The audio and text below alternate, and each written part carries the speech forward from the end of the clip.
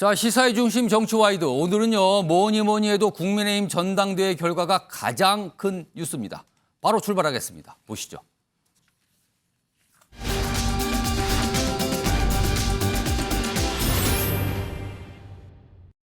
윤석열! 윤석열!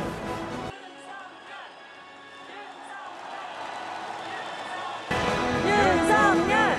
윤석열! 우리 사회의 지속 가능성과 제가 열심히 뜯겠습니다. 그러면 그 안에 이게 바로 삶의 가치다. 우리 국민의힘이 그 벌써 나를 잊었나. 우리 당이 잘 됐으면 좋겠다. 다음 것이 있었습니다. 첫째는 최고위원 선거 투표 및 국민의힘 단 대표로 김기현 후보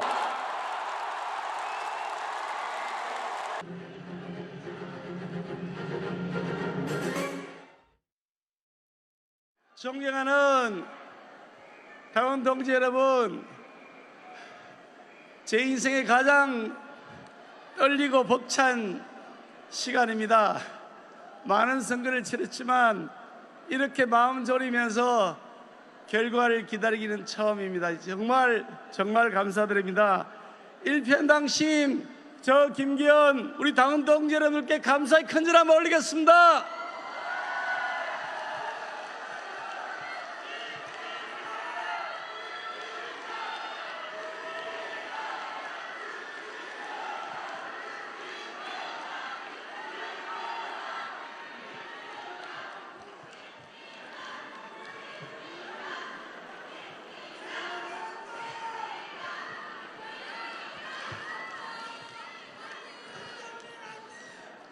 오늘 최고위원으로 당선되신 우리 김재원, 김병민, 조수진, 태영호 최고위원께도 축하를 드리고 청년 최고위원 장예찬 최고위원에게도 축하를 드립니다.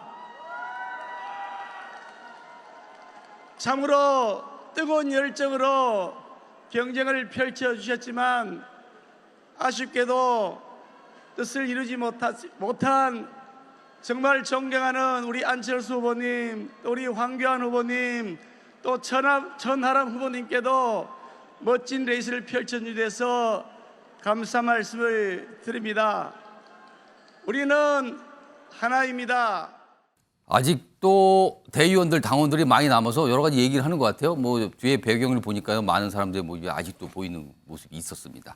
자, 그럼요, 오늘 전당대회 결과 하나씩 차근차근 짚어보겠습니다. 우선요, 당대표 경선 결과부터 좀 보시죠. 화면에 있습니다. 자, 여기 보시면요, 당선이라고 되어 있죠. 김기현 후보 52.93%. 자, 이게 가장 관심사였어요. 과연 50%를 넘어서 결선 투표 없이 당선이 될까? 여러 가지 예상이 있었는데요. 이 정도 득표율이면 예상과 맞는 건지 아닌지 약간 분석을 좀 해봐야 될 것 같고요. 그리고 2위는 안철수 후보 23.37%, 그리고 3위는 천하람 후보 14.98%, 그리고 황교안 후보가 마지막 4위 8.72%. 자, 가만히 보면요, 최근에 국민의힘 지지층을 상대로 한 여론조사, 그 지지율 결과를 보면은 전체적인 순위는 비슷하게 나왔어요. 다만 김기현 후보 쪽 요 최종 득표율이 지지율 조사보다는 조금 더 높게 나오는 이런 모습이 좀 있었습니다. 이 얘기 좀 해보겠습니다.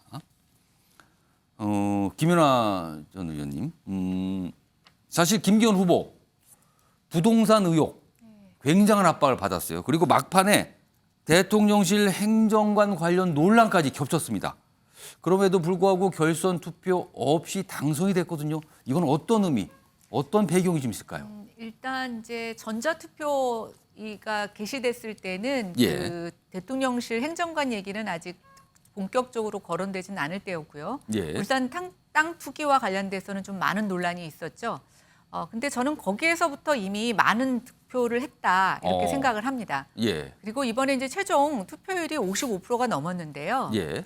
저희 당원의 숫자 자체가 지난 전당대회보다 지금 한 3배가량 늘어났기 때문에 예. 엄청나게 많이 늘어난 투표율을 갖고 각 진영에서 자기에게 유리한 대로 해석을 했었죠. 그렇습니다. 네, 특히 이제 뭐 천하람 후보를 위시한 이준석 대표계에서는 예. 젊은 청년들이 또 MZ세대들이 많이 투표를 해서 본인들이 결선 투표에 올라갈 것이다 이런 전망도 했었는데요. 예. 사실 그런 이변은 일어나지 않았죠.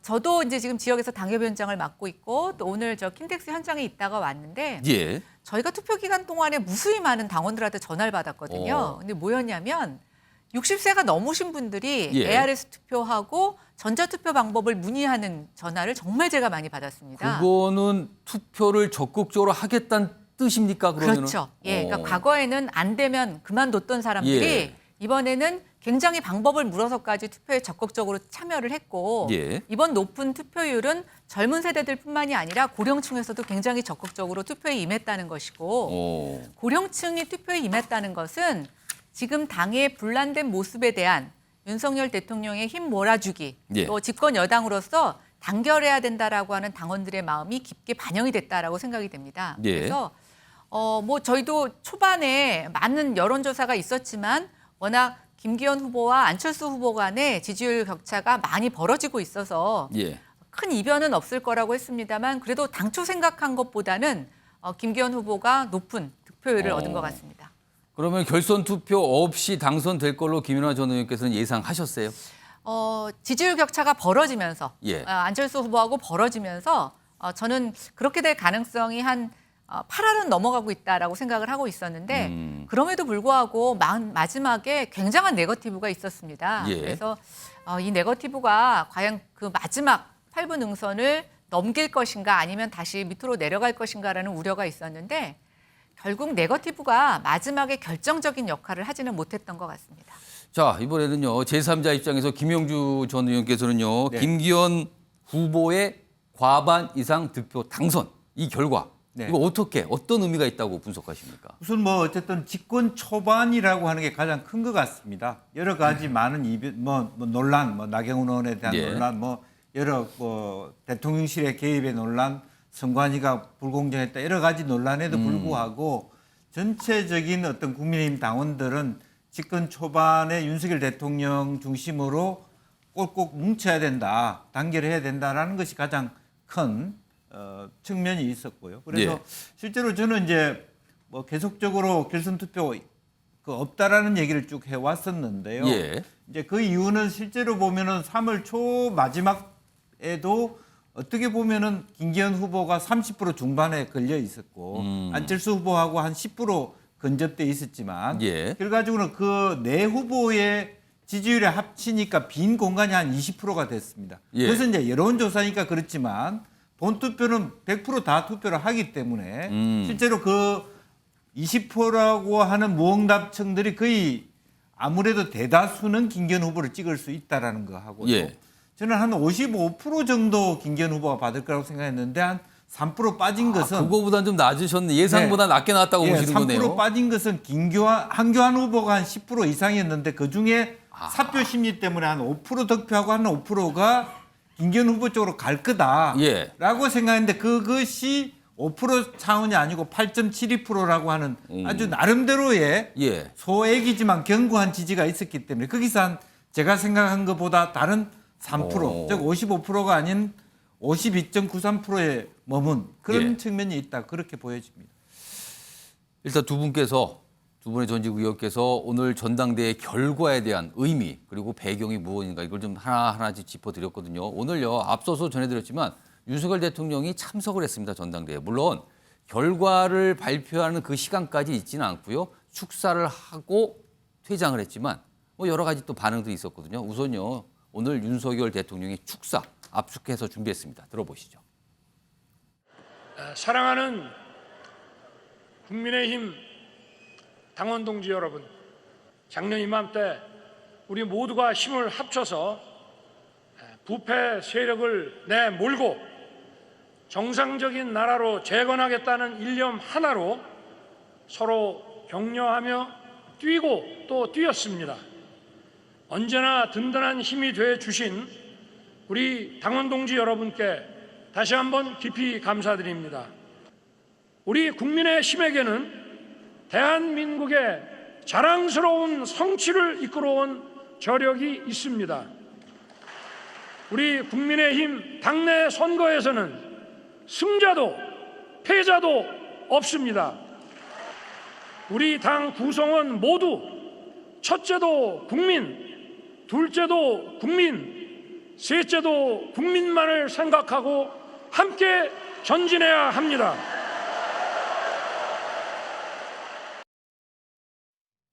자, 신지호 전 의원님, 네. 여기 좀 봐주세요. 이거 설명 들었는데 일단 2등, 3등 얘기 좀 해보겠습니다. 네. 원래 뭐 여러 가지 전망이 있었어요. 물론 그 전망이 다 맞는 건 아니지만 이번에 이른바 천풍이 불 수도 있다. 그리고 또 아니다. 과거처럼 안풍이 불 수도 있다. 이런 얘기 있는데 결과적으로는 그런 바람은 아니었습니다. 그리고 또 한 가지는 2등과 3위 싸움이 상당히 치열할 거란 얘기도 있었어요. 근데 지금 보면은 글쎄요, 이게 치열한 건가요? 아닌지 잘 판단은 안 서는데 일단 두 가지입니다. 이거 어떻게 보십니까? 그러니까 저는 안철수 천하람 후보가요. 예. 그 김기현 후보하고 비교해 봤을 때 김기현 후보가 잘해서 이겼다라는 측면보다는 예. 안철수 천하람 후보가 못해서 이 선거라는 거는 상대평가 아닙니까? 예, 그 측면이 큰데 예. 첫 번째 안철수 의원의 경우에는요. 선거 초반에는 이른바 윤한연대, 내가 이 정권 인수위 위원장 출신, 예. 뭐 이렇게 해서 그 대통령과의 동조화 전략을 쓰다가 예. 막판에는 대통령실 강승규 시민사회 수석을 공수처에 고발을 하는. 그렇습니다. 그러니까 전혀 일관성 없는. 오. 그러니까 이게 이 전국 단위 그 다양한 정치적 그 성향이 있는 전국민 대상 선거가 아니고 예. 확실한 그 이 지향성과 방향성이 있는 당원 선거 아닙니까? 예. 그 당원 선거를 하는데 지그재그 이거를 한다? 이게 또 선거 기간이 아주 뭐 길면 모르겠어요. 예. 이 짧은 한 달 기간에 예. 친윤으로 시작해갖고 반윤으로 끝난 게 안철수다. 그러면은 아까 지그재그로 말씀드렸는데 네. 구체적으로 아주 편한 단어를 사용하면 예를 들어서 대통령 또는 이른바 친윤 대통령실 상에서 어떨 때는 들이받다가 어떨 때는 참다가 이걸 반복했다는 겁니까 지금요? 아니 그 처음에는 뭐 거기에 얹혀가려고 그랬죠.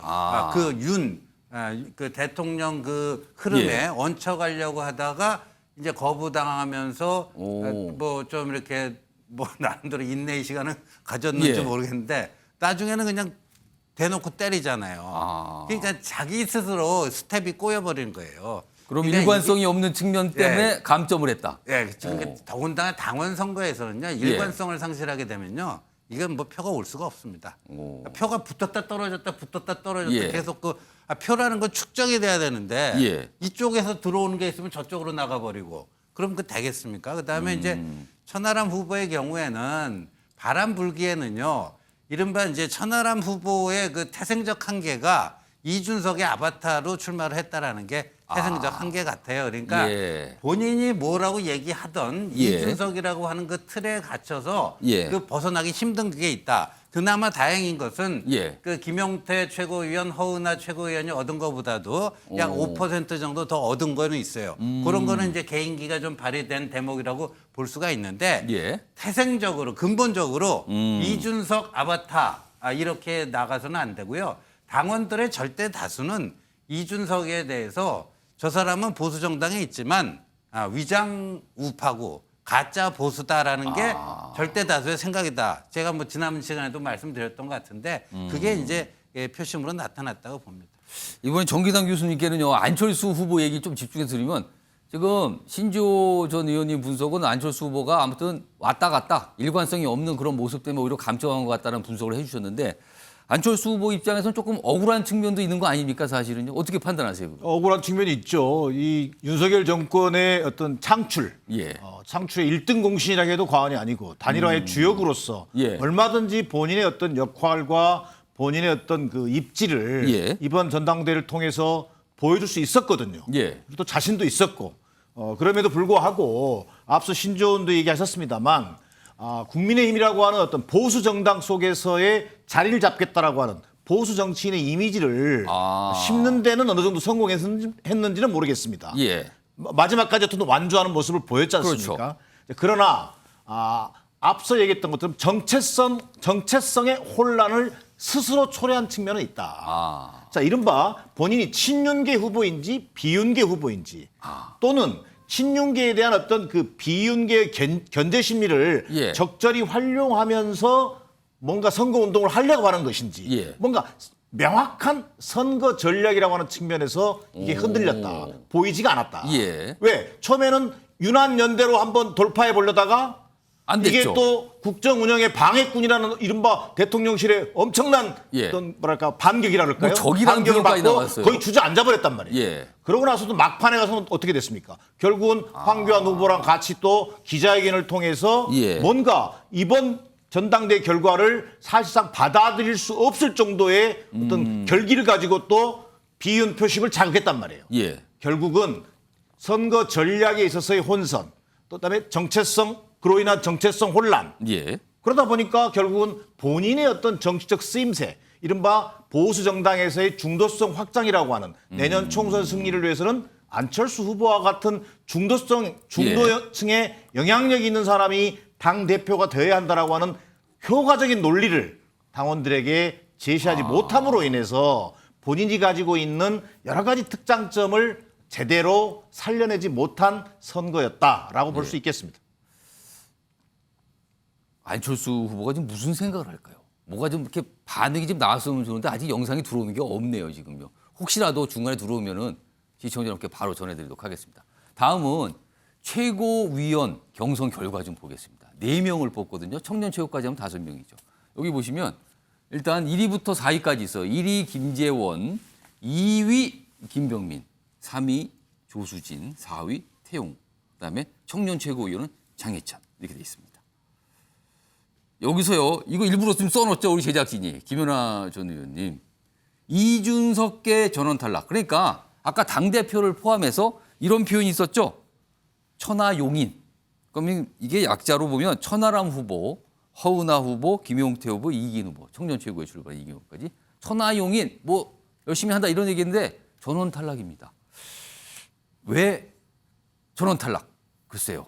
전멸이라는 표현을 써도 될까요? 왜 이렇게 된 겁니까?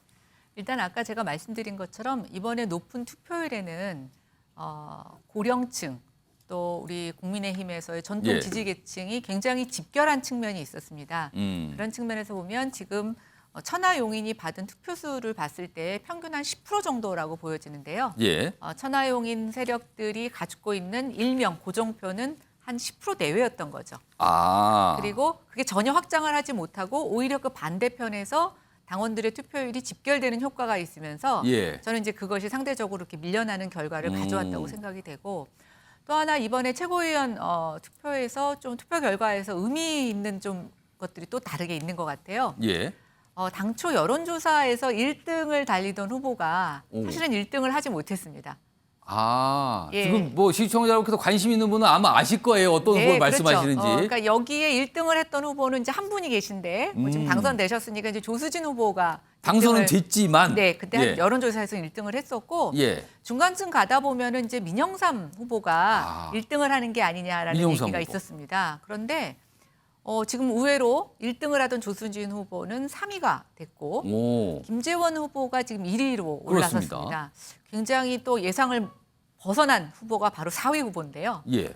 태용호 후보는 사실은 초반에는 저 4위 안에 들어가지 못했습니다. 여론조사상으로는 그다지 큰 활약이 없지 않은가 이랬거든요. 오히려 4위에 지금 탈락한 허은하 후보가 올라오는 게 아니냐라는 얘기가 많이 있을 정도로 사실은 존재감을 보이지 못하고 있었는데 이상하게 막판에 태용호 후보가 굉장히 지지율이 끌어올리는 양상을 보였었는데요. 아. 제가 이제 저분들을 다 종합적으로 해서 보니까 예.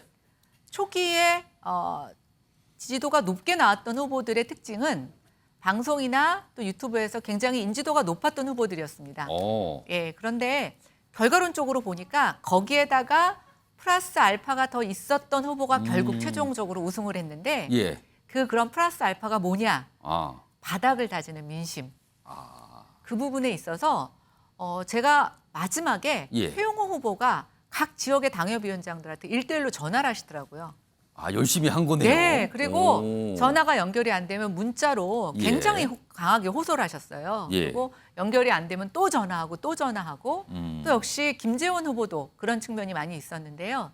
아, 이게 당심은 굉장히 아주 엄격하구나. 예. 단순히 방송에서 많이 나온다고 인지도만 갖고 뽑는 게 아니라 음. 실질적으로 당원들에게 다가가서 예. 당을 위해서 노력한 사람들을 당원들은 인정해 준다라는 것이 이번 최고위원 투표 결과에서 반영이 됐다. 저는 이렇게 평가하고 싶습니다. 그러니까 그만큼 지금 당원 100% 투표거든요. 당원들이 뽑는 투표인데 당원들이 그만큼 생각과 고민을 많이 했다. 이런 뜻으로 읽히네요. 네.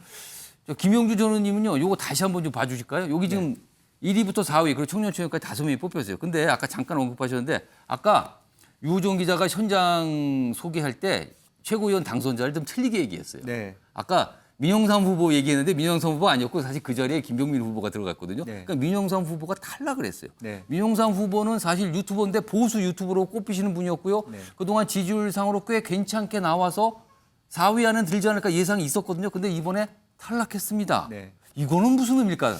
글쎄요, 이것은 방금 우리 김연아 의원이 말씀하셨습니다마는 정승의 어떤 선거 기법에 있어서 예. 너무 민영삼 후보가 높은 인지도 또 말하자면 유명한 그 보수 유튜브라고 하는 것에 너무 본인을 믿었다. 그러니까 뭐 1등 한다, 뭐 2등 한다라는 것 때문에 디테일한 즉 태용 의원처럼 저인 방식으로 이렇게 지역을 훑는 부분에 있어서 좀 소홀했다. 저는 어쨌든 이게 뭐 어떤 다른 측면보다는 본인도 민영삼 후보도 그와 같은 조직적인 어떤 어프로치를 했다면 예. 4위가 될 수 있고 3위도 될 수 있지 않았겠느냐 그런 생각이 들고요. 특히 조순인 후보 또한 더 열심히 했으면 충분히 1위가 될 수 있었던 부분이 있었다. 예. 그런 면에서 오히려 1, 2위로고 너무 안정권이라고 생각한 부분이 예. 또 결과적으로는 현장에 가보면 조수진은 다 됐으니까 민영삼은 다 됐으니까 두 번째 표를 누굴 찍을 것인가 해서 또 손해를 보는 경우가 있습니다. 그래서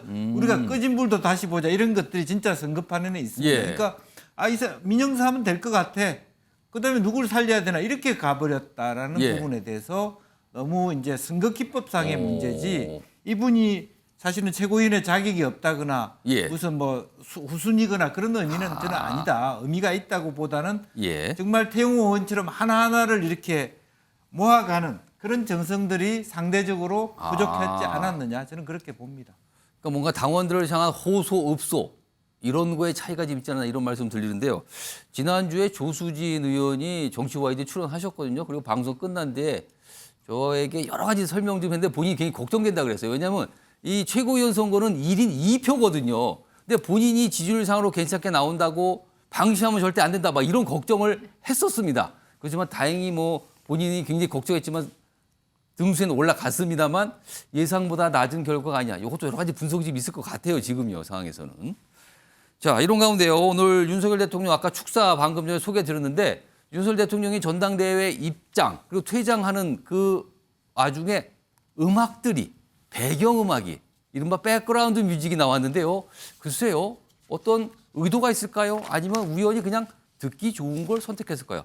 그 음악도 귀를 잡았는데요. 영상으로 소개해드리겠습니다.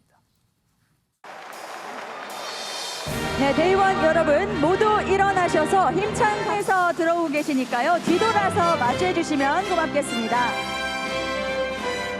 어서 오십시오. 대의원 여러분 모두 힘차게 윤석열을 연호해 주십시오. 윤석열. 여러분 다시 한번 뜨거운 박수 부탁드립니다. 꼭 이렇게 직접 격려하고 또 천천히 여러분들과 인사를 오랜만에 뵙는 이 반가움을 뒤로 하고 다음 일정이 있으셔서 지금 퇴장을 하고 계십니다.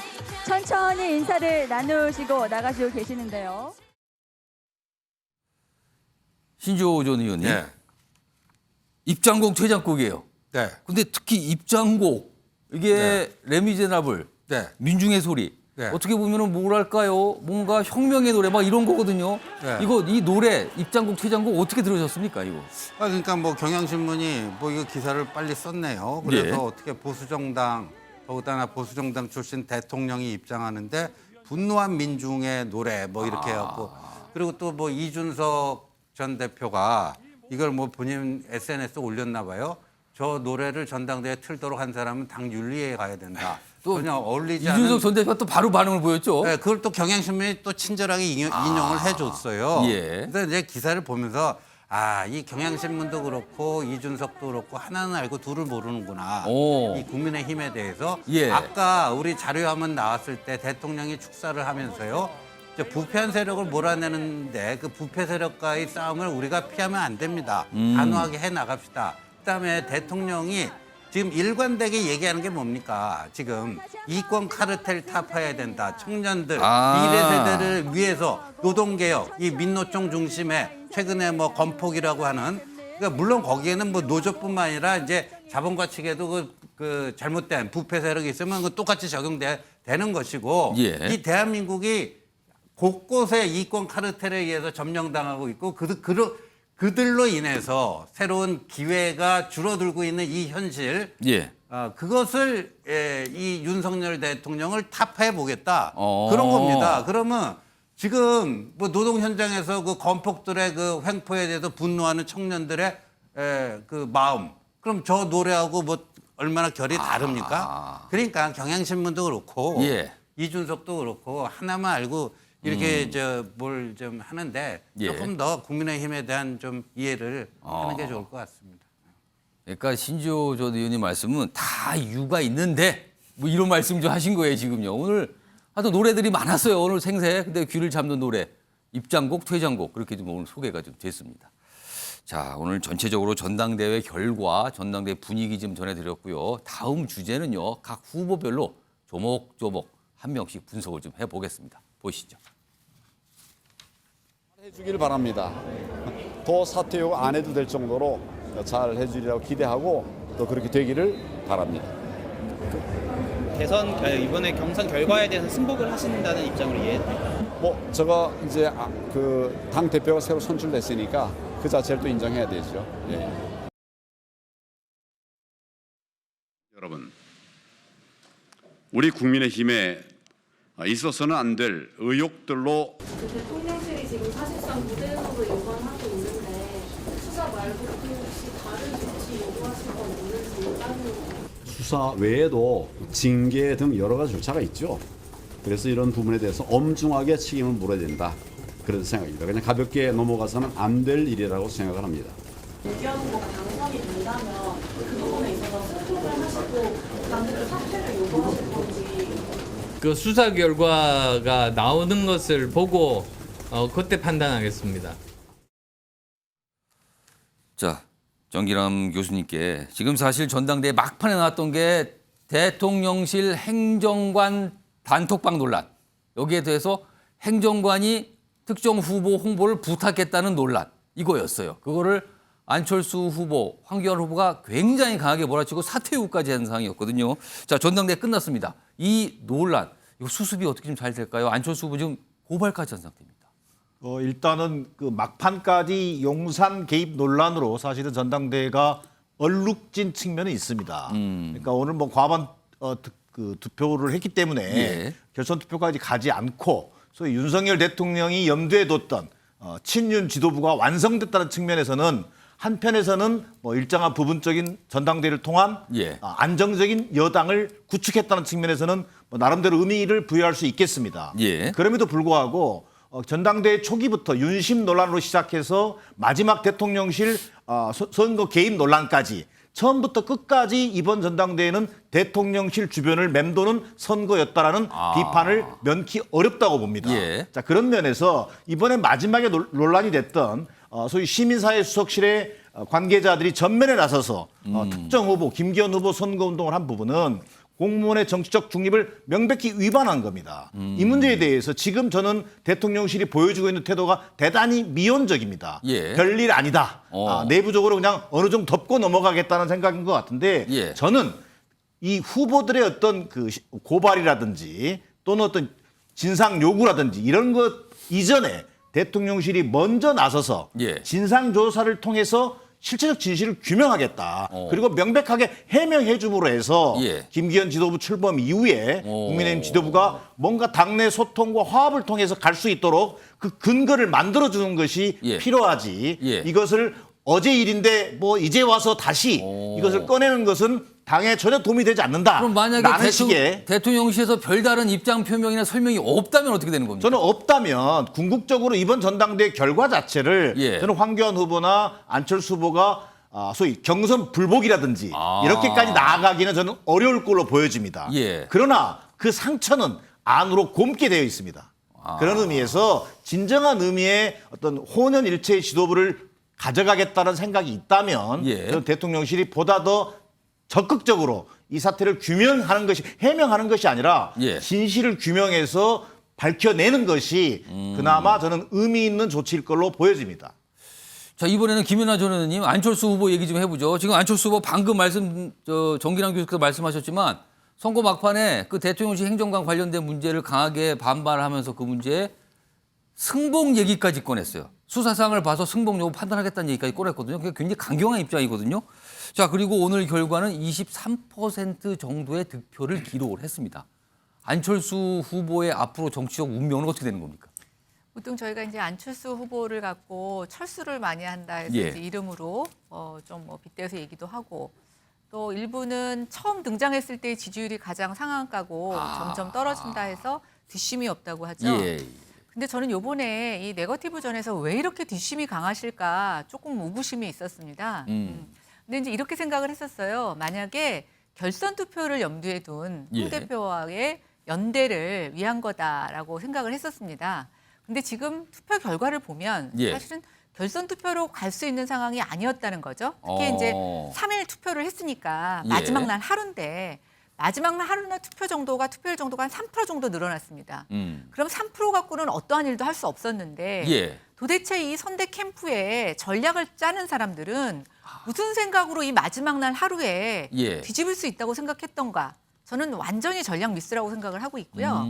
그렇지 않다면 사실은 지금 굉장히 진퇴난인데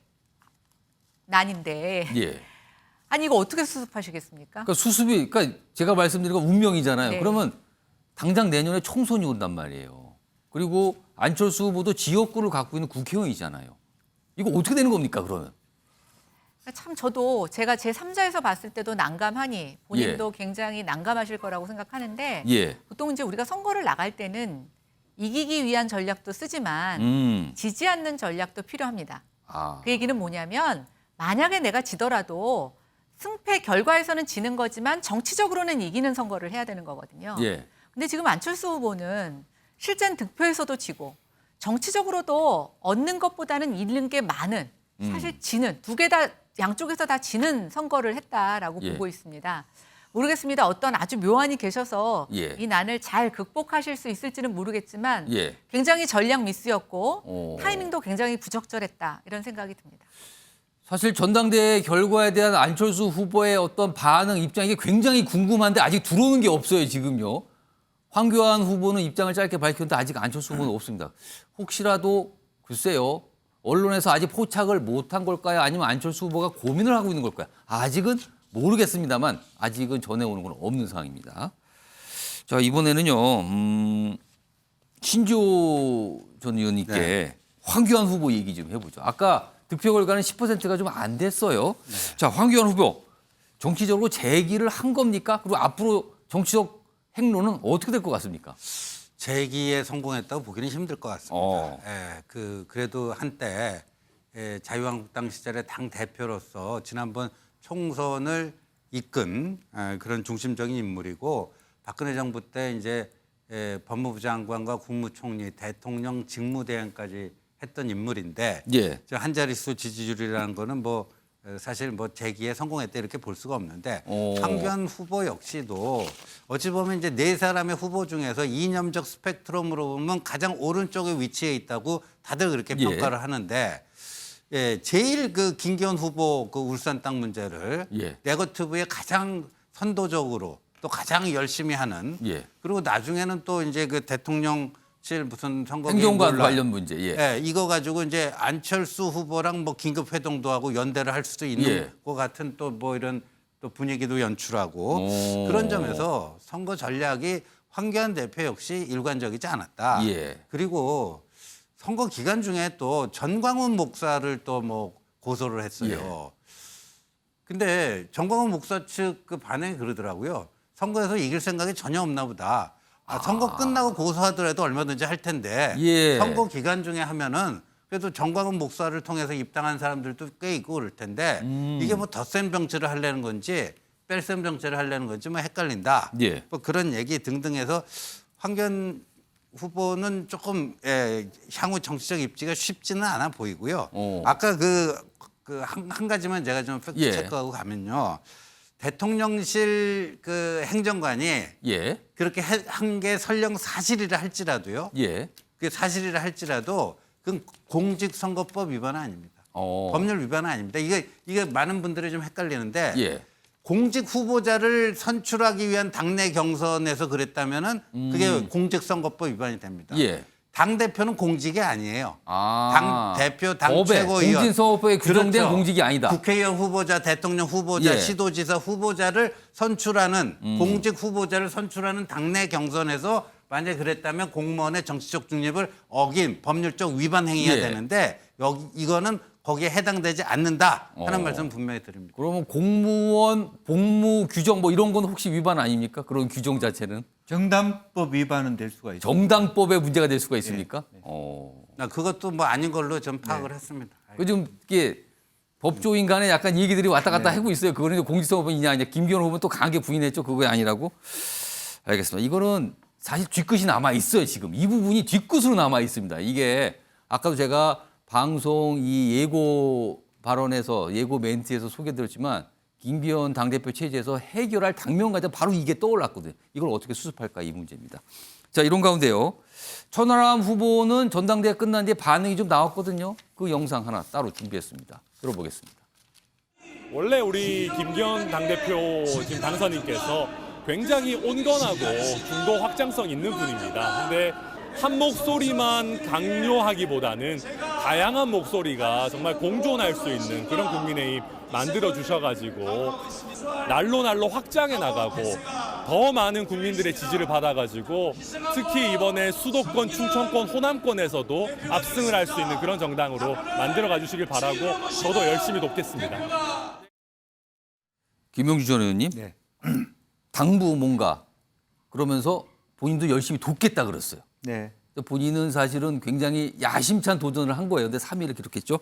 앞으로 김기현 당대표 체제에서 천하람 후보 어떤 역할을 좀 맡을 수 있을까? 그리고 총선 전망은 좀 어떨까? 어떻게 네. 판단하십니까? 아니 이제 그 김기현 대표 체제에서 어떤 뭐 불이익을 받거나 그러지는 않을 것 같습니다. 그러나 개인적으로 극복해야 될 과제가 2개 있어요. 여전히 근데 본인이 생각하는 대구 출신인데 순천에서 당협위원장을 한다. 그렇습니다. 지부당위원장을 한다.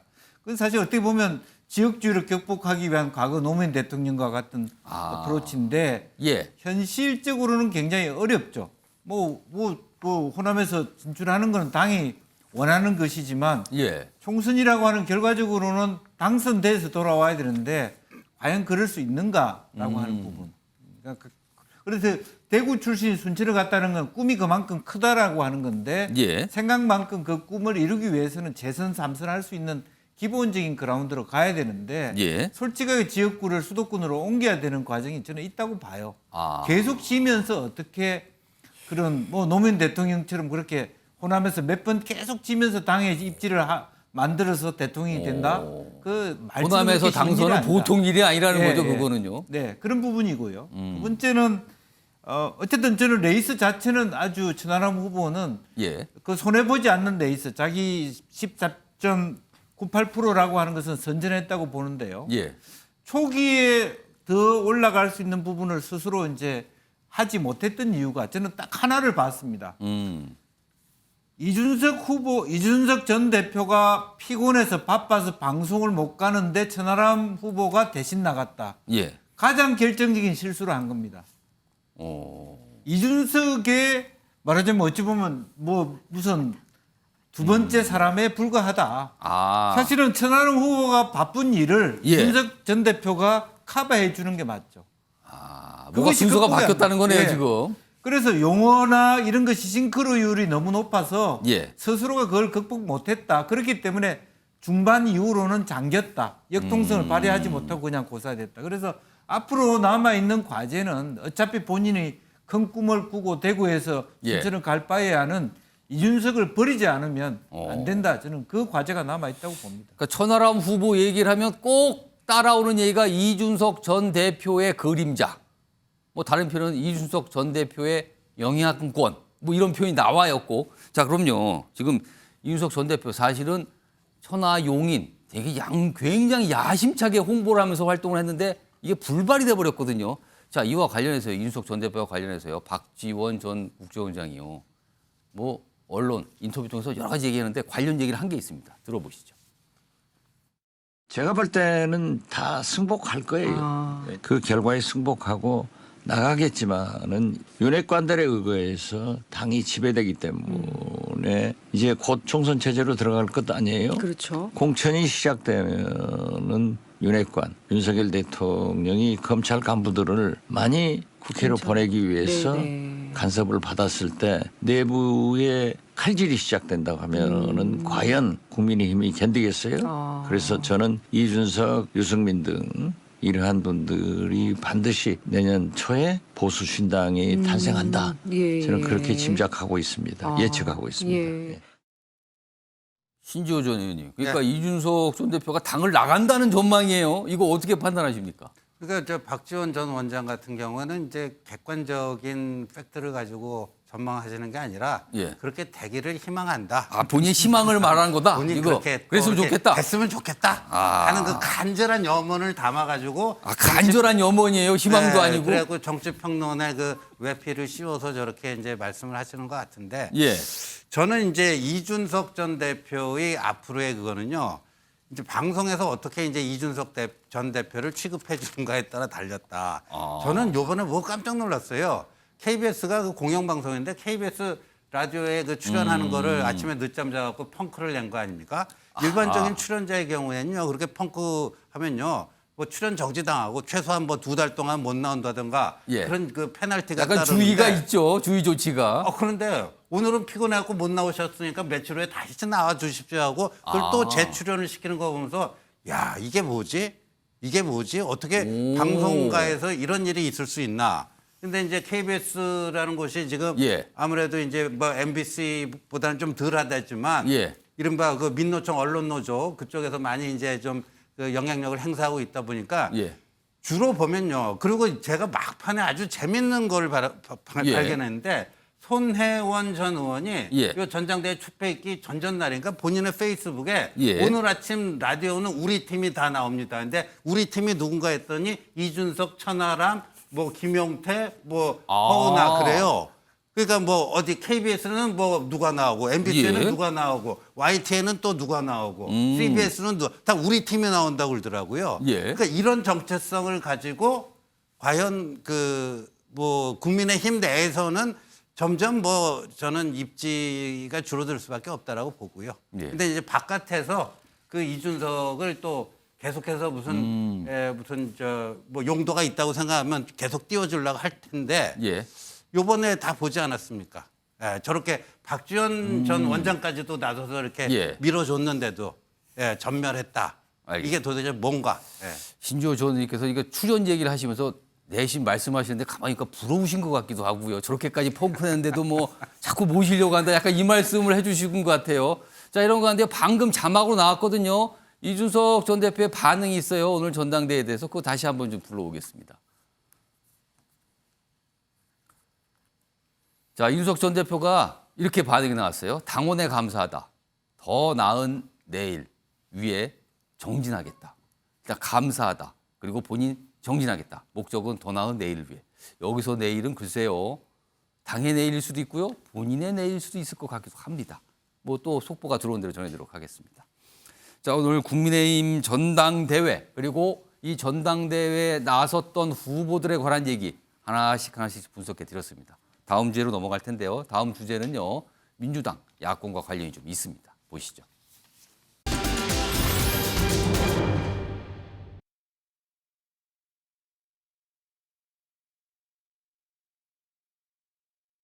아, 18호를 누르면 최소한 몇 분이 치셨어요? 아, 세 사람이 있어. 김문기 씨, 저, 이재명. 세 사람이서. 그러면 18호를 다 도셨죠? 18을 다 돌았죠.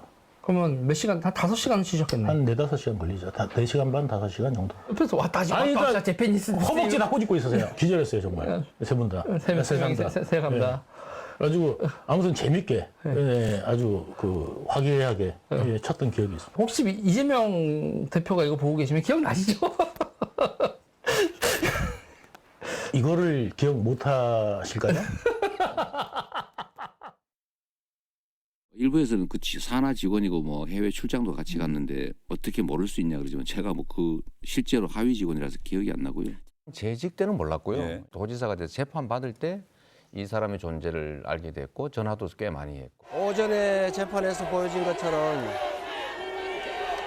김만배를 몰랐다는 윤석열 후보의 말에 대해서는 조사도 없이 각하했고 김문기를 몰랐다는 이재명의 말에 대해서는 압수수색 그다음에 수십 명의 소환 조사를 통해서 기소했습니다.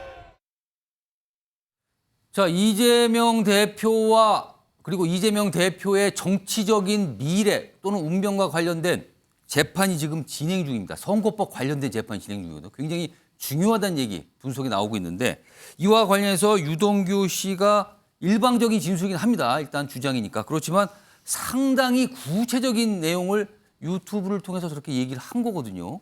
자, 김연아 전 의원님. 이거 어떻게 들으셨습니까?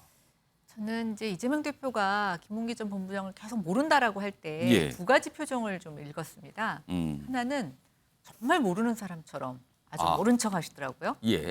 그래서 정말 모를까라기보다는 정말 냉정하다라는 생각이 들었고 두 번째는 그래서 첫 번째 표정에서 제가 나중에 이제 여러 가지 정황이 나온 거 김문기 씨가 자기 가족들에게 보낸 동영상이라든가 또 골프를 같이 쳤다는 이런 정황들이 나오면서 저는 그 이재명 대표의 표정이 일종의 자기 체면 같다라는 생각이 들었어요. 지금 상황에서 나는 김문기를 몰라야 돼. 그리고 계속 연습을 하면 저런 표정이 나올 수 있나 이렇게 생각을 했었어요. 모른다가 아니라 몰라야 된다라고 이렇게 보시는 겁니까, 네, 지금? 저는 그렇게 본 것 같아요. 그렇지 않다면 정말 모르는 사람이었다면 저는 처음에 김문기 씨가 안타까운 선택을 했을 때 저렇게까지 냉담할 수가 없어요. 네. 자기는 관련이 없고 저 사람 모르는 사람이에요. 근데 어쨌든 그 대장동 사건 때문에 목숨을 잃은 거라고 우리가 보는 거지 않습니까? 그러면 나는 저 사람 모르지만 저 사람 혹시 나 때문에 연관된 거라서 억울하게 죽은 거 아닌가요? 이렇게 멘트를 할 수 있었는데 처음에 똑같이 그것도 굉장히 강하게 부인을 합니다. 그래서 저는 일종의 몰라야만 하는 자기 당위성에 따라서 자기 체면을 하고 있는 이재명 대표의 표정이라고 생각을 하고 있고요. 이번에 이제 유동규 씨의 진술을 보면 골프를 보통 4분이서 치죠. 근데 지금 저 팀은 3이 쳤다는 겁니다. 유동규, 김문기, 이재명. 4시간, 5시간 계속 같이 걸어 다닌 거예요. 그리고 뭐 또 라운드를 더하기 위해서 역주행을 그랬다는 거잖아요. 그리고 지금 거기서의 에피소드가 역주행하고 다른 사람한테 욕먹을 것 같으니까 일본말 하면서 일본 사람인 척 했다는 거잖아요. 그런데 기억이 안 난다? 저는 뭐 그 도저히 믿을 수가 없는 얘기고 이재명 대표의 지금 심정 몰라야만 한다 나는 김문기를 스스로 끊임없이 되뇌이면서 자기 체면을 하는 것이다. 결국 그런 거라고 저는 판단이 됩니다. 지금 이재명 대표의 이 선거법 위반 혐의 관련 재판 그중에 두 가지 내용인데 그중에 하나가 이제 고 김문기 씨에 관련해서 알고 있었느냐 모르고 있었느냐 이게 허위냐 아니냐 이걸 따져보는 게 굉장한 쟁점이거든요. 이와 관련해서 좀 유동규 씨가 유튜브를 통해서 진술한 건데 김영주 전 의원님 이른바 2015년 호주 라운딩이에요. 골프 라운딩에서 굉장히 구체적인 얘기를 지금 꺼내놓고 있거든요. 이거 어떻게 좀 받아들이십니까? 글쎄요, 이제 기본적으로는 뭐 아주 상식적인 차원에서 이제 호주 골프는 사실은 다른 캐디가 없이 각자가 카트를 끌고 다닌다고 했을 때 김문기 씨가 카트를 끌고 뭐 이렇게 다녔을 거예요. 뭐 여러 가지 같이 도우면서. 그러니까 골프를 치면 한 4시간 반 같이 쳤을 거고. 그렇죠. 골프 친다고 다 끝나고 나면 사실은 뭐 외국에는 뭐 샤워 시설이 없는 장소들이 많이 있습니다만은 그럼에도 불구하고 저녁 식사로 이어지고 그러면 최소한 우리가 한번 골프를 치면 6시간 정도 세 사람 혹은 다른 팀도 있었을 테니까 7명이 같이 이동했다면 통상적으로 보면 모른다는 게 이해하기는 어렵습니다. 사실 상당히 많은 얘기를 할 수 있는 시간이라는 거죠. 그래서 뭐 가령 뭐 솔직하게 상황을 보면 이재명 뭐 당시 시장이 이렇게 다른데 오비를 내면 공도 뛰어가서 주워왔을 것이고 뭐 여러 가지 또 순서도 했을 것이고 모를 수가 없어요. 다만 그럼에도 불구하고 이재명 대표가 기억이 없다 그러면 결과적으로 이것은 서로시 판사의 판단에 맡겨지는 부분이다. 계속 지금 논의하듯이 기억에 대한 문제이기 때문에 세 사람이 10시간씩 있어도 기억이 안 난다 그러는데 뭐 어떻게 하겠습니까? 그러니까 다른 방식의 모든 부분들 지금까지 상황으로 종합해 보면 판사가 판단할 수밖에 없는 지경에 와 있다 그렇게 보여집니다. 그런데 제가 그 김문기 씨를 몰랐다는 것보다도요 골프를 안 쳤다고 하는 게 이게 저는 치명적이라고 봐요. 제가 어제 그 유동규 씨 그 골프 관련 진술 중에도 주목했던 거는요. 이재명 당시 시장이 2010년에 성남시장으로 당선되고 나서 그 전임 시장 국민의힘 계열 전임 시장이 재정을 아주 방만하게 썼대요. 그 부채가 어마어마했다 그러죠. 집을 위해 그 모라토리엄 선언을 하거든요. 근데 이재명 시장이 골프 광이었다는 거예요. 근데 모라토리엄 선언한 시장에 골프 치러 다니다 걸리면 그냥 정치적으로 그냥 뭐 그냥 굉장히 궁지에 몰리잖아요. 그러니까 그렇게 좋아하던 골프를 못 친 거예요. 못 치다가 이제 오랜만에 저기 가서 치게 된 겁니다. 오랜만에 호주에 가서 했다. 그렇죠. 그래서 그리고 원래 저기 출장에 동행한 그 성남시 관계자들 11명인데요. 9명은 성남시청 사람들인데 딱 2명만 성남 도계공 사람인데 원래 김문기가 없었어요. 그런데 그 정진상이 그 김문기로 그 멤버 체인지를 한 겁니다. 그래서 저는 그리고 골프 칠 때도 이 도계공 멤버 딱 두 사람 유동규, 김문기하고만 같이 치는 거예요. 그리고 그 출장 목적이 트램이라고 그 노면 전체에 있지 않습니까? 그러니까 도계공원은 직접적인 업무 연관성도 없습니다. 그러니까 사실상 이게 그리고 김문기 씨가 보면 엄청 준비를 해갔대요. 골프공도 여러 개 사가고 뭐 골프 장비 뭐 등등. 그 나중에 사진 찍은 그 이재명 그 시장 거 뭐 보면 여기 모자에다 골프공 이렇게 올리는 뭐도 있다면서요. 그러니까 그 치고 싶었던 골프를 몇 년을 참다가 저기 가서 친 건데 김문기 모르는 건 괜찮아요. 그걸 기억을 못 하겠는가? 근데 골프를 안 쳤다? 알겠습니다. 뭐 갑자기 골프 얘기를 굉장히 자세한데 이게 사실은요. 그 인물, 고 김문기 씨, 김문기 전 처장을 아느냐 모르느냐의 그 쟁점인데 그거의 어떤 증거, 주장 이런 게 될 수 있는 거거든요. 이 2015년에 호주 골프 라운딩이라는 이 사실 자체가요. 그래서 지금 굉장히 좀 자세하게 얘기가 좀 되고 있는 상황입니다. 다음은요. 역시 이것도 어제 이 재판에서 검찰 쪽에서 먼저 이걸 어떤 설명을 좀 꺼내놨죠. 그러고 나서 나온 반응인데 화면을 좀 보겠습니다. 이겁니다. 여기 보시면 어제 김용 관련 재판인데요. 변호사 통해 유동규의 접촉 시도 배우가 김용이다. 뭐 이런 얘기가 나왔어요. 그러니까 지금 유동규 씨를 변호하던 변호사가 그러니까 유동규 씨 주장은 그래. 가짜 변호사다. 자기를 도우려는 게 아니다. 실제로는 뭔가 사항을 파악하고 다른 곳에 알려주는 거 아니냐. 이런 의심을 사는 이런 상황이 돼버렸어요. 검찰 쪽에서 그런 얘기를 했거든요. 그리고 당시에 그 시점에 김의겸 의원과 이 변호사들이 뭔가 연락을 했다. 이런 얘기까지 나오고 있는 상황이거든요. 자, 이와 관련해서요. 벌써 시간이 많이 흘렀는데 지난해 국정감사 10월입니다. 요 내용과 관련이 있거든요. 당시 국정감사의 모습 확인해 보겠습니다. 유동규 씨를 접견하려고 하는데 접견이 안 돼요. 어렵게 통화가 됐는데 유동규의 반응이 이겁니다. 10월 20일 석방될 예정이니 아까 중앙지검장님 가능성이 있다라고 했는데 유동규 씨는 확신을 가지고 10월 20일 석방될 예정이니 그때 만나자라고 유동규가 이야기를 합니다. 수감자를 불러서 뭔가 회유하고 협박하고 있는 거 아닌가라고 하는 강한 의심이 듭니다. 전혀 아닙니다. 유동규는 별건 사건의 피의자의 자격으로 조사를 진행하고 있습니다. 둘째, 변호인 선임 과정은 오히려 검찰은 유동규를 회유하려는 과정으로 의심하고 있습니다. 변호사가 회유를 한다? 제가 그 전체적인 과정은 정확히 알고 있습니다. 그렇지만 사실과 달리 알고 있습니다. 예. 사실과 달리 알고 있어요. 그러니까 지금 이 국정감사에서는 이 회유의 방향이 달랐어요. 근데 지금 뒤늦게 나온 건데 이 법정에서 검찰 쪽이 몸다 설명을 했잖아요. 근데 이런 거예요. 변호사 2명 있어요. 근데 유동규 씨를 위한 변호사로 좀 알려져 있죠. 그런데 당시에 김의겸 의원과 통화했고 그리고 김의겸 의원이 지금 국정감사장에서 무슨 회유서를 제기를 하는 거예요. 근데 이거에 대해서 검찰 쪽에서는 이게 회유서를 다른 방향으로 그러니까 유동규 씨를 회유한 거 아니냐 이렇게 가는 거죠. 그러니까 유동규 씨가 반응을 보이는 게 이거 가짜 변호사가 지금 내가 선임 의사도 안 하는데 이렇게 남들한테 알려줬다 이렇게 반발하고 있는 상황입니다. 정기영 교수님.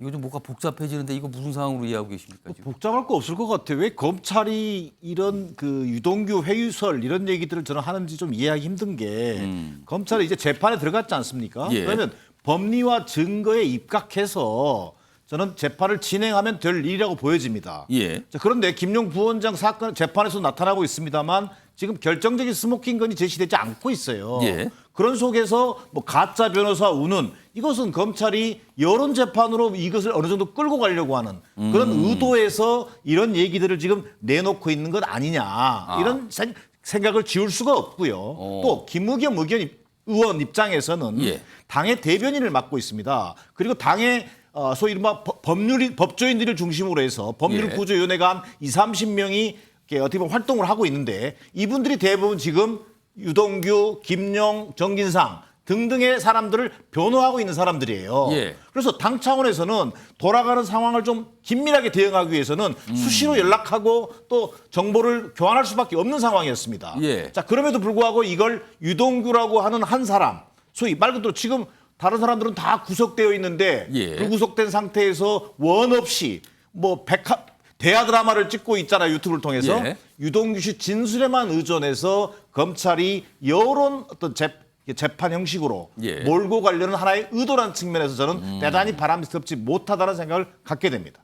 김연아 전원님. 그러니까 지금 반응이 엇갈리는 거죠. 검찰 쪽에서 어제 이런 얘기를 했는데 가짜 변호사들은 이재명 대표를 위해 유동규를 감시하는 역할을 한 거 아니냐.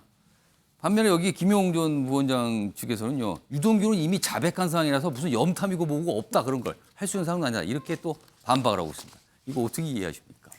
근데 저는 왜 민주당이 유동규 전 본부장의 변호를 지원해야 되죠? 아, 관련이 없다면서요. 예, 그리고 저 사람 다 거짓말하는 거라면서요. 예. 근데 민주당에서 왜 저 사람들을 변호합니까?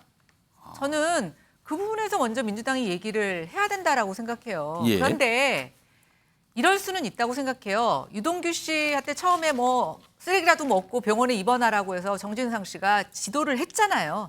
구속될 당시에. 예. 뭔가 숨기려고 했던 거죠. 그런데 계속 구속되어 있고 수사를 받고 있는데 정말 유동규 씨가 검찰에 어떻게 얘기하는지 알고 싶었던 것 같아요. 예. 그래서 김의겸 대변인이 대변이긴 하지만 저는 사실은 저걸 물어볼 권리는 없다고 생각이 됩니다. 그런데 뭔가 느낌을 가졌던 것 같아요. 예. 유동규가 흔들리고 있다. 예. 그래서 본인의 국회의원 신분을 이용해서 국정감사에 물어본다는 핑계로 지금 계속 여러 가지 정보를 넣어서 이게 아니냐 그러고 이제 그때 검사를 떠보죠. 아. 예, 그러니까 지금 왜 이 회유설은 처음에 제기했던 사람은 검찰이 아니에요. 예. 예, 김의겸 의원이었고 검찰은 그것에 반박하는 과정에서 예. 유동규 씨가 변호사 없이 수사받고 싶다고 했다. 뭔가 이상하다라고 예. 얘기했다는 거죠. 그래서 이게 똑같은 사실도 어떤 순서로 배열하느냐에 따라서 스토리가 달라지는데 지금 민주당은 조금 말이 막히다 보니까 앞뒤 순서를 바꿔서 예. 지금 오히려 본인들의 받아야 되는 질문을 역으로 하고 있다. 저는 그렇게 생각이 됩니다. 그러니까 유동규 씨를 놓고 검찰이 회유를 하려는 거냐 아니면 이재명 대표를 위한 어떤 변호사들이 회유를 하는 거냐 뭐 이런 얘기가 지난해부터 나오기 시작해서 지금 이렇게 이루고 있어요. 그 재판 과정에 뭔가 설명이 좀 됐고 서로 맞서고 있는 상황입니다. 자, 이 주제 뭐 유동규 씨와 관련된 주제 이 정도로 좀 정리하.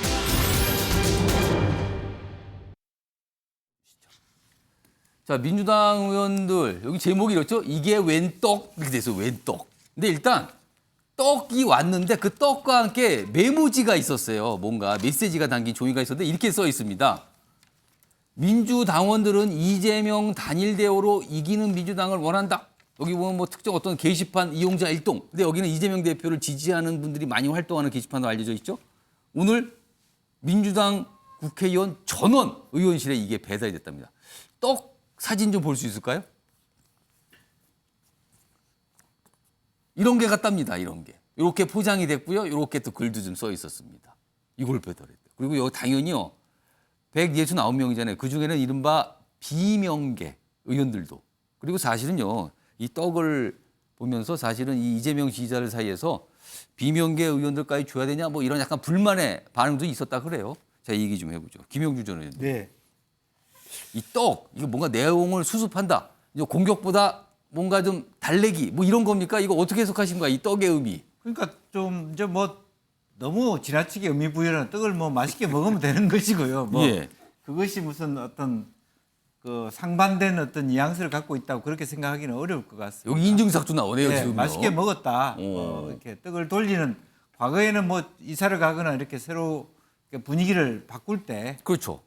주변에 이제 이웃과 뭐 감사, 함께 잘 축하 지내자 이런 거잖아요. 예, 그런 뜻일 수 있는데 좀 제가 이해가 안 되는 건 저 밑에 보니까 딴지일보 자유 게시판. 그러니까 예. 며칠 전에는 김우준 씨를 사실은 적으로 몰았어요. 뭐 수박 개딸들이. 관련된 뭐 예. 적 됐잖아요. 뭐 예를 들면 지난번에 한번 그 김우준 씨가 이번에는 이제는 이재명 외에 새로운 대안들을 만들 필요도 있다 이런 얘기를 한 것 때문에 아마 넣었을 텐데 그분들이 아닌가 봐요. 딴지일보 자유 게시판 용자는.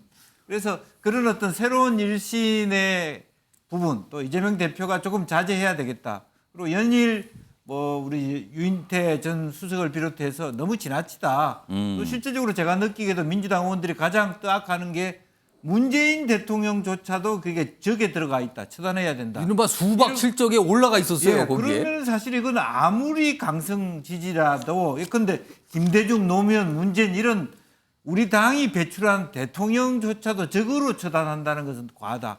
아마 저것 때문에 훨씬 더 이재명계가 더욱더 앞으로 균형과 갈등에서 불리해질 수도 있어요. 전략적으로 보면. 실제로 의원들 지금 스크린 해보니까 예. 문재인까지 넣었다는 데 대해서 친문계 의원들이 막 수건수건해요. 이제 그런 부분이 아뜨거라 싶어서 약간 쿨링 다운하는 그런 의미가 있지 않느냐. 그런 느낌이 들었습니다.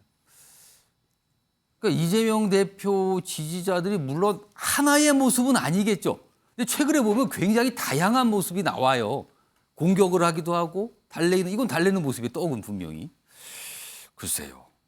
신지호 전 의원님 이 떡 오늘 민주당 의원 저런에게 돌린 이 떡 이거 어떻게 보셨어요 이거? 저는 어저께인가요? 그 이재명 대표가 문명연대를 문명연대 일거했습니다. 예, 그거랑 같은 맥락이라고 봅니다. 예, 왜냐하면 또 체포동의안이 언제 또 날라올지 모르고 여하튼 다 한 표 한 표 친명이건 비명이건 다 똑같은 한 표죠. 그러니까 그 관리 차원인데 며칠 전에 이제 그 이재명 대표가 지난주 후반이었나요?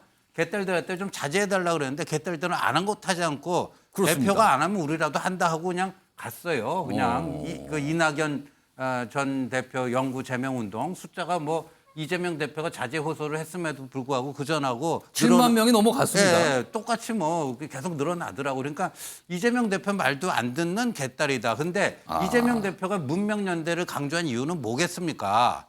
그러니까 그런 차원에서 그러니까 이재명 대표가 문명연대 얘기한 거에 진정성을 좀 보여주려면 예. 비명계 의원들이 아니 당신은 개딸들 시켜갖고 나 실컷 때려놓고 뭐 나하고 밥 먹자 그러면 뭐냐 이런 얘기 지적이 있는 거 아닙니까? 그러니까 그런 차원에서 저 분들도 좀 이렇게 이재명 대표 작전에 좀 협조하러 나선 게 아닌가 보여집니다. 오늘 민주당 의원들만 떡을 받았는데 그거 옆방에 계신 또 국민의힘 의원이나 다른 정당 의원들은 뭔 떡이지 또 이게 웬 떡인가 아마 쳐다를 보셨을 것 같아요. 그 인증샷을 올리는 국회의원들이 지금 하나씩 늘고 있습니다. 지금요. 자 이런 가운데요. 오늘 민주당 내 가장 큰 모임이죠. 의원 숫자가 많아요. 더 좋은 미래, 뭐 더 미래라고 하는데 여기 화면 좀 보겠습니다. 오늘 약간 간담회 가졌어요. 여기 소속 의원들끼리. 공보 모임이긴 한데요. 입장문을 냈는데 이렇습니다. 이재명 대표에 대한 입장이에요. 현 상황에 무거운 책임감을 일단 느끼고 불신 해소 그리고 혁신을 위해서 적극적으로 나서라라고 요구를 합니다. 이게 강력한 걸까요? 아니면 약간 유화된 걸까요? 이런 입장을 냈어요. 혁신, 불신 해소 해라는 거예요. 그리고요. 이런 가운데요. 사실은 당내에서는요. 강경한 목소리, 방향이 다른 강경한 목소리가 충돌하는 건 계속 있거든요. 이와 관련된 영상이 있습니다. 두 명이 등장하는데요. 들어보시죠. 이재명 대표가 내려오면 대안이 있느냐 이 얘기 제일 많이 나오잖아요. 그거는요. 그냥 어떻게든지 이재명 대표 외에는 없다고 자꾸 이제 약간 그루밍하는 건데. 그루밍. 예전에 보세요. 저 문재인 대통령 때 문재인 대통령이 대선 주자였고 또 이제 유일한 대선 주자였죠. 근데 문재인 대통령이 내려가고 김종인 당대표가 그때 지지율이 한 자릿수나 있었습니까? 그분이? 김종인 비대위원장 네. 말씀하시는 거예요. 예. 그다음에 이해찬 대표가 이해찬 대표도 대중 지지율 한 자릿수도 안 나오는 분이에요. 자, 그러면 외부의 총선이라고 하는 거는 예. 의원들과 당원들의 마음을 집결시키는 게 중요한 거지 한 사람의 스타 플레이가 필요한 게 아닙니다. 정말 그러니까 심각하게 말해서 다른 동료 의원님들 지금 압수수색 당하고 있는 것들 다 검찰의 표적이 돼서 하는 부분들도 그럼 다 가결 던질 거냐? 혹은 여러 가지 이 검찰의 불합리한 수사에 대해서 다 동조하는 거냐? 아무리 내부 정치 투쟁과 갈등이 있다 할지라도 저희가 그 선을 넘지 말아야 될 것들이 있거든요. 그래서 이런 부분에 대해서 오히려 지도부는 좀 담담하게 받긴 했어요. 오히려 저희가 이탈표가 한 20. 자, 김윤아 전 의원님. 제3자 입장에서 남매정당 얘기를 좀 보고 계신데 그래도 민주당 내부의 역학 그런 상황, 구도를 봤을 때 비명계가 이재명 대표의 당대표직 사퇴를 관철시킬 수 있습니까? 지금 상황에서? 그게 가능한 상황입니까? 저는 비명계가 할 수 있는 방법은 딱 하나라고 보여집니다. 예. 민주당 당원 80조를 적용하는 거죠. 근데 적용을 그러니까 기소하면은 이제 당직을 그렇죠. 중지하거나 하는 예. 건데 그렇게 되면 어떤 모순에 빠지냐면 예. 이게 정치 탄압, 정치 보복이라는 것을 이제 부정하는 결과를 초래하죠. 그렇게 돼 버리죠. 네, 그러니까 사실 지금 민주당은 그런 방법을 쓸 수가 없습니다. 그러다 보니까 지금 비명계를 중심으로 자꾸만 이재명 대표가 스스로 물러나기를 바라는 권하는 목소리가 나오고 있죠. 저는 그렇다라고 보여집니다. 이수저도 하기 어려운 아주 뭐 딜레마 상황 비슷하게 돼버렸네요, 지금요. 알겠습니다. 이런 가운데요. 그동안 쌍특검에 대해서 반대했죠. 정의당 특히 김건희 여사 관련 특검에 대해서는 일단 수사를 지켜보자는 입장이었는데 특검 법안을 발의하겠다고 밝혔습니다. 이 화면에 있는데요. 여기 있습니다. 여기 뭐 민주당 반응도 있고요. 여기 정의당 반응이 나와요. 여기 보시면 도이치모터스 주가 조작 사건 원포인트로 김건희 특검법 발의하겠다. 이렇게 밝혔습니다. 기존 입장이 좀 달라진 거거든요. 자, 이와 관련돼서요. 다음 화면도 좀 있습니다. 다음 사항은요. 이 내용을 정의당에서 약간 좀 쓴소리라는 목소리가 있거든요. 저희 취재진이 이 목소리를 좀 준비했습니다. 들어보시죠. 민주당이 이중대보다 못한 아류가 되는 게 아닌가 하는 아쉬움이 있습니다.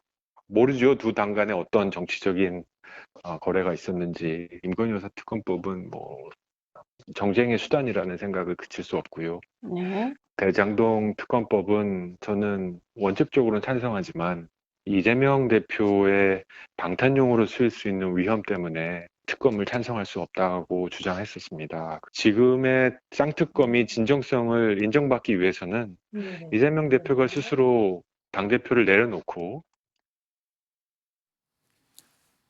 정기환 교수님, 정의당의 선택 이유 뭐라고 보이십니까? 1차적으로는요. 검찰의 수사 의지 확인 못했다. 그리고 의도적인 수사 회피 전략으로 일관하고 있는 검찰에 대한 어떤 입장이 분명해졌다. 예. 고로 특검을 통해서라도 특검을 추진할 만한 예. 정치적, 사법적 타당성은 충분하다라는 게 정의당의 판단인 것 같습니다. 그게 1차적인 것 같고요. 두 번째는 자 특검을 통해서 지금 정의당이 50억 클럽 특검을 지금 내놓은 상태입니다. 그것과 더불어서 또 민주당이 주장해왔던 예. 김건희 특검을 쌍특검으로 추진을 통해 가지고 결국은 민주당과 정의당의 공조의 폭을 넓혀가려는 의도로 보여집니다. 예. 그 배경에는 노란봉투법 등 그동안 민생 법안 정의당이 강력하게 추진해왔던 이 노란봉투법 등 민생 법안 예. 그리고 또한 뭐 다당제를 얘기하는 어떤 정치 제도 관련 법안 예. 이런 것들에서 공조로 넓혀가기 위한 하나의 저는 포석으로 보여집니다. 신지호 전 의원님, 과거에도 민주당과 정의당이 손을 잡았지만 당시에 결과는 좋지 않고 오히려 민주당 이중대라는 소리만 들었거든요. 이번에 정의당의 선택 어떻게 판단하세요? 그러니까 그 당시에 이제 심상정 대표가요 조국 사태 때 조국 편을 들다가 이제 결국 또 총선 때도 그 위성정당 거기서 혜택을 보지도 못하고 민주당한테 뒤통수를 맞았다. 그래서 심상정 시즌 2를 안 하겠다는 게 전 최근에 정의당인 줄 알았거든요. 그런데 지금 보니까 뭐 노란봉투법 때문에 저렇게 하는 것 같아요. 아니면 노란봉투법 플러스 알파가 있는지는 모르겠어요. 예. 그러나 저렇게 되면 또 이중대라고 하는 그 굴레로 스스로 걸어 들어가는 건데요. 시간이 한 30여 초 남아서 김연아 전 의원님, 여당은 또 의심의 눈초리로 보고 있는 겁니까 지금? 이게 또 뭔가 하고? 그러니까 정의당이 예전에 정의가 없었다고 많이 비난을 받았죠. 예. 조국 사태 때와 선거법 관련해서 공수처법 그때였습니다. 그 이후에 이제 지난 총선에서 사실은 굉장히 대패를 하고 저는 정의당의 정의라는 바람이 조금 충전된 줄 알았습니다. 근데 정의당의 정의가 또다시 바람 빠지듯이 빠졌네요. 저는 그렇게밖에 해석이 되지 않습니다. 지금 야당이 특검법안 하지만 사실 특검법이 법이거든요. 그럼 이게 국회 통과하는 문제도 있고요. 통과된 뒤에 대통령으로 가는 것도 있어요. 거부권 얘기가 또 나오기 시작을 하는데 어떤 내용, 어떤 뭐 진통이 있을 것 같기도 합니다. 한번 지켜보도록 하겠습니다.